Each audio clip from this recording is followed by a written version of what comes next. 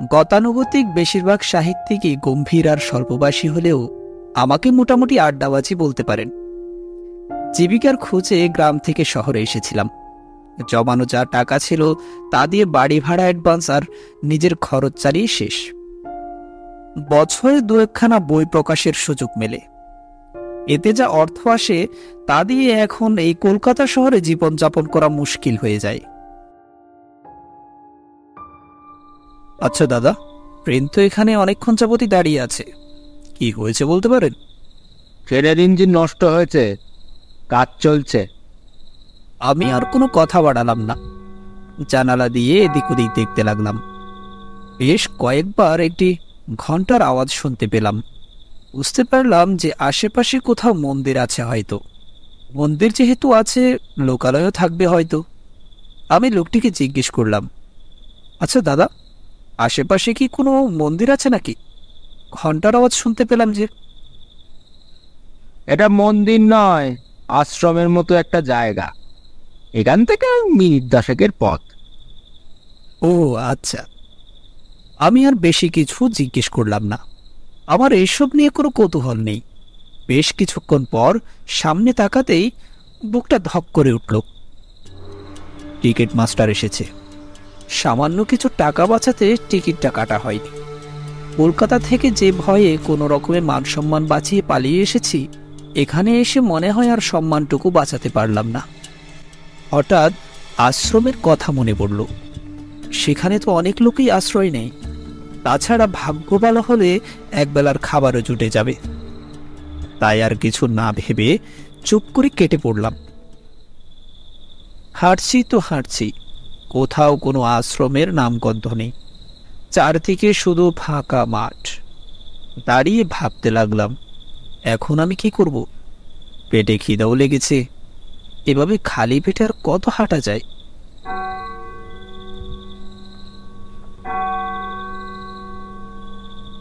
হঠাৎ আবার সে ঘন্টার শব্দ শুনে কান খাড়া করলাম। আবারও সেই শব্দের দিকে হাঁটা শুরু করলাম।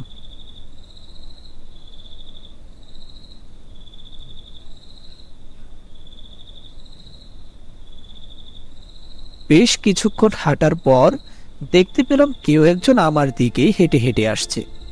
এনাকে লোক না বলে যুবক বলা চলে। তার হাতে একটা মাটির পাতিল। যুবক আমার দিকে এগিয়ে এলো। বললাম, এই যে দাদা, শুনছেন? আপনি কে? আমি একজন পথিক, পথ হারিয়ে এখানে এসে পড়েছি। যদি কিছু মনে না করেন, আপনাকে একটা কথা জিজ্ঞেস করি। আপনার হাতে ওটা কি? আমার বাবা গত হয়েছেন কিছুদিন হলো, তাই ভোগ নিয়ে আশ্রমে যাচ্ছি। আরে আমিও তো আশ্রমেই যাব, কিন্তু পথ ভুল করে এখানে এসে পড়েছি। আপনি আমাকে একটু সাহায্য করতে পারেন? হ্যাঁ হ্যাঁ, চলুন মশাই আমার সাথে।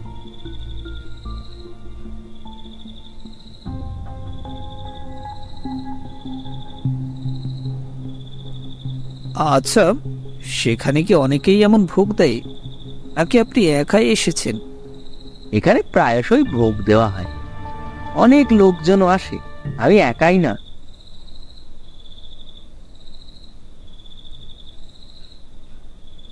কথা বলতে বলতে আশ্রমের দিকে গেলাম। বৃদ্ধ একটি লোক এসে আমাদের কাছে দাঁড়ালো। যুবককে উদ্দেশ্য করে বলল, তুমি জগন্নাথের পুত্র হরি না?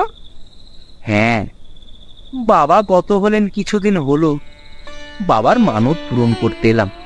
বাবা, তোমাকে সান্ত্বনা দেওয়ার মতো ভাষা আমার নেই। জন্মিলে যে মরিতেই হবে, এ যে জীবনের চরমতম সত্য। তা বাবা, ইনি বুঝি তোমার সাথে এসেছেন? না, ইনি পথিক। তারপর যুবকটি আমার ব্যাপারে বৃদ্ধকে বলল। ভেতরে ঢুকে চারপাশটা দেখে মন ভরে গেল। বাইরে থেকে দেখে মনে হয় জঙ্গল, কিন্তু ভেতরটা খুবই সুন্দর। আমি একটা কামরায় গিয়ে বসলাম। কিছুক্ষণ পর সামনে একটি প্লেটে করে খিচুড়ি দেওয়া হলো। পেটে প্রচুর খিদে। আমি খেতে শুরু করলাম। মনে হচ্ছে যেন অমৃত খাচ্ছি। খেয়ে দিয়ে একটু পর বাইরে বেরোলাম। আশেপাশে একটা মানুষও নেই। আমি এর আগেও অনেক আশ্রমে গিয়েছি, কিন্তু সেখানে সবসময় মানুষের আনাগোনা লেগে থাকে। তার মানে আমাকে কি আজ রাতটা এখানে একাই কাটাতে হবে? একা মনেই কথাগুলো ভাবছিলাম। ঠিক তখনই আশ্রমের সেই বৃদ্ধ আচার্য মশাই আমার কাছে এসে বললেন, তুমি যাওনি এখনো? না, আসলে। তারপর আমি আমার সাথে ঘটে যাওয়া পুরো ঘটনা তাকে খুলে বললাম, আর এও বললাম আমি এখানে কিছুদিনের জন্য থাকতে চাই। তা তোমার নাম কি বাবা? আর কিছু মনে করো না, আমি তোমাকে তুমি বলেই ডাকলাম। তুমি আমার থেকে বয়সে ছোটই হবে। অবশ্যই আচার্য মশাই, আমি কিছু মনে করিনি। আমার নাম রূপম, রূপম বন্দ্যোপাধ্যায়। আমার অবস্থা সবটাই তো আপনাকে বললাম। আমি যদি কটা দিন এখানে থাকি, আপনাদের কোনো অসুবিধা হবে না তো? না বাবা, অসুবিধার কিচ্ছু নেই। তবে বাবা, এখানে কিন্তু খাবারের কোনো ব্যবস্থা নেই। যদি ভোগ আসে তবেই খেতে পাবে। সে ঠিক আছে, আপনাদের জন্য যা আসবে সেখান থেকে সামান্য কিছু যদি আমাকে দেন, তাহলে হয়তো আপনাদের কোনো অসুবিধা হবে না। অসুবিধার কিচ্ছু নেই, তুমি তাহলে শুয়ে পড়ো। আপনি কি রাতে এখানে থাকবেন না? হ্যাঁ, আমি এখানেই আছি, আমি আর কোথায় যাব। যদিও আমি তোমার মতোই একজন ভবঘুরে পথিক, কিন্তু বহুদিন ধরে আমি এখানেই আছি। এ জায়গার প্রতি একটা মায়া জন্মে গিয়েছে, বুঝলে? যদি কিছু মনে না করেন, আপনি এখানে কিভাবে এলেন জানতে পারি? হ্যাঁ, অবশ্যই শুনতে পারো, সে অনেক কথা। আপনার যদি কোনো অসুবিধা না থাকে শোনাতে পারেন আচার্য মশাই। শোনো তাহলে। আমি জন্মের পূর্বে আমার পিতা মারা যান। 3 বছর পর আমার মাতাও মারা যান। বিহারের সুন্দরপুর গ্রামে আমার জন্ম। মামা মামির কাছে থাকতে শুরু করলাম। একদিন গ্রামের বড় বটগাছের তলায় সাথীদের সাথে ঘুরতে ঘুরতে একজন জটাধারী সাধুকে ধ্যানে বসতে থাকতে দেখলাম। তাকে দেখে আমার বড়ই কৌতূহল হলো। সাথীদের কেউ ভয়ে আর এগোলো না, কিন্তু আমি তার দিকে এগিয়ে গেলাম। আমাকে দেখে সে বলল, বস, কিছু খাবি? তার কথা শুনে আমি অনেকটা অবাক হলাম। অভাবের সংসার, একবেলা খেতে পেলে দুবেলা না খেয়ে থাকতে হয়, তাই খাবারের কথা শুনে বললাম, হ্যাঁ, খাবো। সাধু তার কালো রঙের ব্যাগ থেকে একটা হলুদ পাকা কলা আমার সামনে বের করে দিয়ে বলল, এই নে, এটা খা। আমি সেখানে বসেই কলা ছিঁড়তে শুরু করলাম। সাধু বলল, বাড়িতে গিয়ে খাস, রাত হয়ে আসছে, বাড়ির মানুষ চিন্তা করবে। আমি মনে মনে বললাম, আমার জন্য চিন্তা করার কেউ নেই। আমি সেদিন বাড়ি চলে আসলাম, কিন্তু আমার মনের মধ্যে তার সাথে দ্বিতীয়বার দেখা করার প্রচন্ড আকাঙ্ক্ষা তৈরি হলো। পরের দিন আমি আবারও তার কাছে গেলাম। গিয়ে দেখি সে চোখ বন্ধ করে ধ্যানে মগ্ন হয়ে আছে। আমি অনেকটা দূরে দাঁড়িয়েছিলাম। সে বলে উঠল, কি রে, তুই আবার এসছিস? আমি অবাক হয়ে গেলাম। সে কিভাবে বুঝতে পারলো আমি এসেছি? আমি তো তার সামনেও ছিলাম। সে কিভাবে জানতে পারলো? আমি তার কাছে গিয়ে বসলাম। সে আমাকে জিজ্ঞাসা করলো, তুই কি আমার সাথে যাবি? আমি মনে মনে ভাবতে লাগলাম, আমার তো এই পৃথিবীতে আপন বলতে কেউ নেই। আমি যদি সাধুর সাথে চলে যাই, মামা আমি বড় খুশি হবে। তাই আর কিছু না ভেবে আমি সাধুর সাথে যেতে রাজি হয়ে গেলাম। তুমি কি শুনছো? হ্যাঁ ঠাকুর মশাই, আমি তো আপনার গল্পে হারিয়ে গিয়েছিলাম, আপনি বলুন। শোনো তাহলে। আমি সাধুর সাথে থেকে অনেক কিছু শিখলাম। মন্ত্রতন্ত্রের অনেক ধারা আমি শিখেছি। একবার আমার ওপর আসলো কঠিন পরীক্ষা। তখন আমার বয়স 17 কি 18 হবে। সেইবার প্রথম আমি আমার গুরুকে ছাড়াই কোনো বড় হোমযজ্ঞ করেছিলাম। আর সেখান থেকেই আমার তান্ত্রিক জীবনের হাতে খড়ি ছিল। ঘটনাটি মনে পড়লে এখনো আমার শরীরের লোমকূপ দাঁড়িয়ে যায়। একদিন আমি গুরুর সাথেই তোমাদের কলকাতার একটা মন্দিরে ছিলাম। তখন আমরা এক এক দিনে এক এক জায়গায় আস্তানা গেড়ে বসতাম, কোনো মন্দিরে বা শ্মশানে। সেরকমই সেদিন কলকাতার একটা মন্দিরে ছিলাম। মন্দিরে সাধু সন্ন্যাসী এসেছে শুনে আশেপাশ থেকে লোকজন আসা শুরু হয়। যখন থেকে আস্তানা গেড়েছি তখন থেকে খেয়াল করলাম মাঝবয়সী একজন লোক আমাদের থেকে কিছুটা দূরে বসে আছে। সকাল থেকে বিকাল হয়ে গেল, লোকজনের আনাগোনা কমলো, কিন্তু লোকটি গেল না। লোকটির চেহারায় যেন কোনো ঝড় বিরাজ করছে। সবাই চলে গেলে সে এসে হাত জড়ো করে প্রণাম করে সামনে এসে বসল। গুরু বলল, রে কিছু বলবি? প্রশ্নটা শুনে লোকটা খানিকটা আমার দিকে তাকিয়ে ইতস্তত করল। গুরু বলে উঠল, সমস্যা নেই, এটা আবার ছেলে, কি বলবি নিঃসংকোচে বলতে পারিস। এতক্ষণে বুঝলাম লোকটি কেন সকাল থেকে বসেছিল। গুরুর সাথে একান্তে একটু কথা বলবে তাই। লোকটি করুণ কণ্ঠে বলে উঠল, বাবা, বাবা আমায় রক্ষা করুন বাবা, আমি যে শেষ হয়ে যাচ্ছি। এমন করে চললে যে আমি আর বাঁচতে পারবো না। কি হয়েছে? বাবা, আমি নিমাই। আমার 10 বছরের ছেলেটা মারা গিয়েছে কিছুদিন হলো। বংশের শেষ প্রদীপটাও নিভে গেল। এদিকে সেই সঙ্গে বউটাও আমার শয্যাশায়ী হয়ে আছে। বাবার দেয়া পৈতৃক ব্যবসাটাও ধরে রাখতে পারলাম না। কদিন ধরে ছোট মেয়েটার অবস্থাও ভালো নয়। চারদিক থেকে আমাকে রাহু গ্রাস করে নিচ্ছে বাবা। আমি আর পারছি না বাবা। আমি যে শেষ হয়ে যাচ্ছি। হঠাৎ লক্ষ্য করলাম নিমায়ের পেছনে একটা কালো ছায়া ঘুরঘুর করছে। গুরুও হয়তো বিষয়টা আন্দাজ করতে পেরেছে। গুরু বলল, চিন্তা করিস না সারদনাথ, তুই ওর সাথে যা। ধরে নে এটা তোর সাধনা জীবনের প্রথম পরীক্ষা। তুই নিমায়ের বাড়িতে হোম যজ্ঞ করবি। কিন্তু বাবা, চিন্তা করিস না, ও পারবে। ও আমার যোগ্য উত্তরসূরি। গুরুর কথা শুনে একটু কেমন যেন ভয় ভয় পেলাম। পরক্ষণেই মনে পড়ল গুরু আমাকে কখনো বিপদের মুখে ঠেলে দেবেন না। গুরু যখন আমাকে বেছে নিয়েছেন তবে আমি এ কাজ নিশ্চয়ই সফলভাবে করতে পারব। নিমায়ের বাড়িতে পৌঁছানো মাত্রই আমার ভেতরে কেমন যেন একটা অস্বস্তি হতে শুরু করলো। চারিদিকে নিকষ অন্ধকারে ছেয়ে গেল। আমি নিমাইকে জিজ্ঞাসা করলাম, বাড়িতে কোনো দেবী নেই? ছিল, চুরি হয়ে গেছে। আমার অস্বস্তি বাড়তে লাগলো।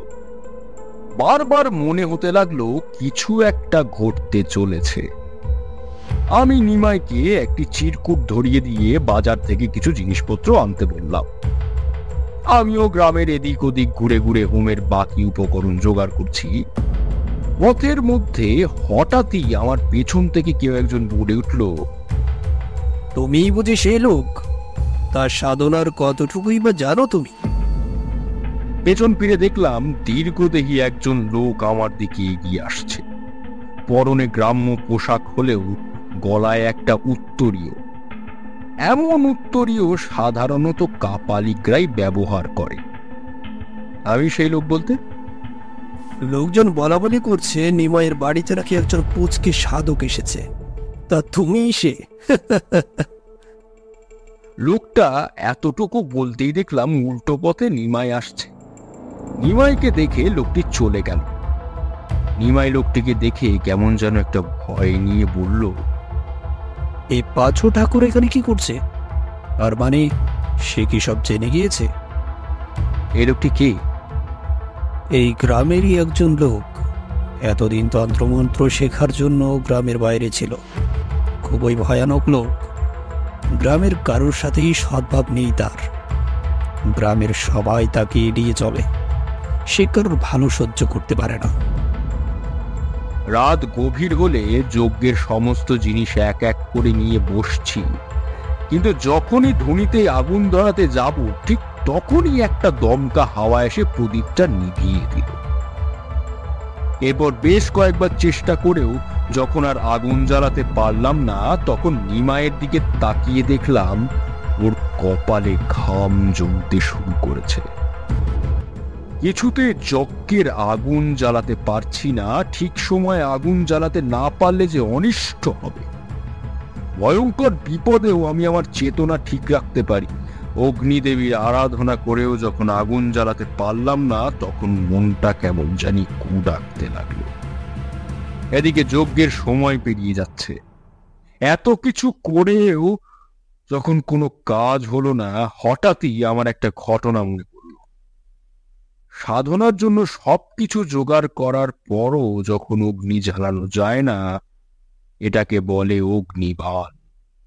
অর্থাৎ যার উপর এই বাণ মারা হবে সে নির্দিষ্ট একটি সময়ের জন্য আগুন জ্বালাতে অক্ষম হয়ে হয়ে পড়বে। তাড়াতাড়ি নিমাইকে বললাম, তুমি ধুনিতে আগুন দাও, ভয় পেও না, কিচ্ছু হবে না। নিমাই আগুন দিতেই ঘি ভেজানো চন্দন কাঠ দাও দাও করে জ্বলে উঠল। বুঝলাম আমার ওপর কেউ অগ্নিবাণ নিক্ষেপ করেছে, তাই আমি আগুন জ্বালাতে পারিনি। আগুন জ্বলছে, আমি এক মনে মন্ত্র পড়তে লাগলাম। গুরু বলেছিল, যদি কোনো অশুভ শক্তি এই যজ্ঞ বন্ধ করতে আসে তবে সেই মায়া কুণ্ডলীর মধ্যে প্রবেশ করতে পারবে না। বেশ কিছুক্ষণ নির্বিঘ্নে কেটে গেল। হঠাৎই লক্ষ্য করলাম দমকা হাওয়া বইতে শুরু করলো। কোথা থেকে যেন সারি সারি জানোয়ার এসে আগুনের চারপাশে তাণ্ডব করতে লাগলো। তারপর দেখলাম একটা কালো অবয়ব হাত দিয়ে কি যেন নিক্ষেপ করতে লাগলো, কিন্তু ভেতরে প্রবেশ করতে পারল না। বেশ কিছুক্ষণ এমন তাণ্ডব চলল। তারপর দেখলাম গণ্ডির বাইরে দাঁড়িয়ে আছে হাজার হাজার প্রেতের দল, আর তারা আমাদের দিকে তাকিয়ে নৃত্য করছে। বনের সমস্ত হিংস্র পশুরা এসেছে আমাদের যজ্ঞে বাধা দেওয়ার জন্য। হঠাৎ দেখলাম আকাশ থেকে একটা পথ খুলে গেল, সেখান থেকে সিঁড়ি দিয়ে একজন নারী নেমে আসছে। পরনে তার সাদা শাড়ি। মুখের দিকে তাকাতে দেখি এ তো আমার মাতা, যে ছোটবেলায় কত হয়ে গিয়েছে। জননীকে দেখে বুকের ভিতরে খুব কষ্ট অনুভব করলাম।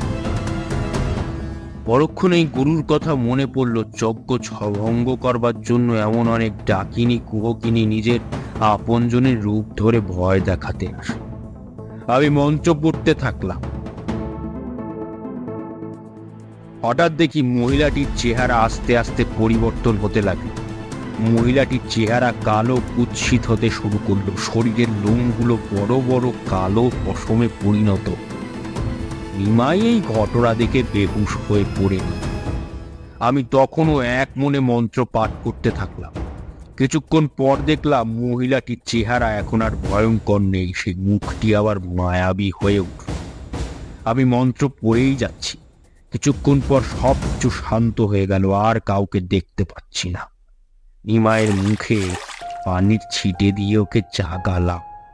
ওকে বললাম আগুন নেভাতে। ও বলে উঠল, আমি? হ্যাঁ, যজ্ঞের কাঠের আগুন যে জ্বালায় তাকেই নেভাতে হয়, এটাই নিয়ম। যজ্ঞ শেষ করে ঘরে এসে বসলাম। সকাল হতে শুরু করলো।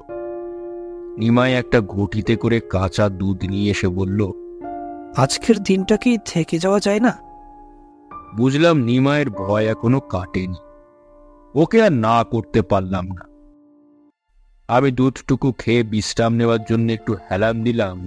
কিছুক্ষণ পর নিমাই ফিরে এসে বলল, শুনেছেন পাঁচু ঠাকুর আর মতিলাল অপঘাতে মারা গিয়েছে। এই খবরটা শোনারই যেন অপেক্ষায় ছিলাম। আমি বলে উঠলাম, পাঁচুকে তো চিনি, কিন্তু এই মতিলালকে? এই গ্রামের মোড়ল। আমার সাথে জমি জমা নিয়ে কিছু বিবাদ চলছিল তার সাথে। আদালতে আমার পক্ষেই রায় আসে। সেই থেকে এতটুকু বলে নিমাই থেমে গেল। আমি ওর মনের কথা বুঝতে পারলাম। এই ব্যাপারটি নিমাই আমার থেকে লুকিয়েছে। ওর এত অনিষ্ট হওয়ার কারণ এটাই ছিল। তার মানে মতিলাল পাঁচু ঠাকুরকে দিয়ে ওর ওপর তন্ত্রমন্ত্র করে ওর জীবনকে বিনাশের দিকে নিয়ে যাচ্ছিল। এই ছিল আমার সাধক হয়ে ওঠার গল্প। তা বাবা, অনেক রাত হয়ে গিয়েছে, এবার শুয়ে পড়া দরকার। শুয়ে পড়ব? তবে আমাকে একটা কথা দিন। কি বাবা? আমাকে কাল আবারও একটা গল্প শোনাতে হবে। আমার তো এখন আপনাকে ছাড়তেই ইচ্ছে করছে না। পাগল ছেলে। আচ্ছা, এখন শুয়ে পড়ো, কালকের ব্যাপার কাল দেখা যাবে।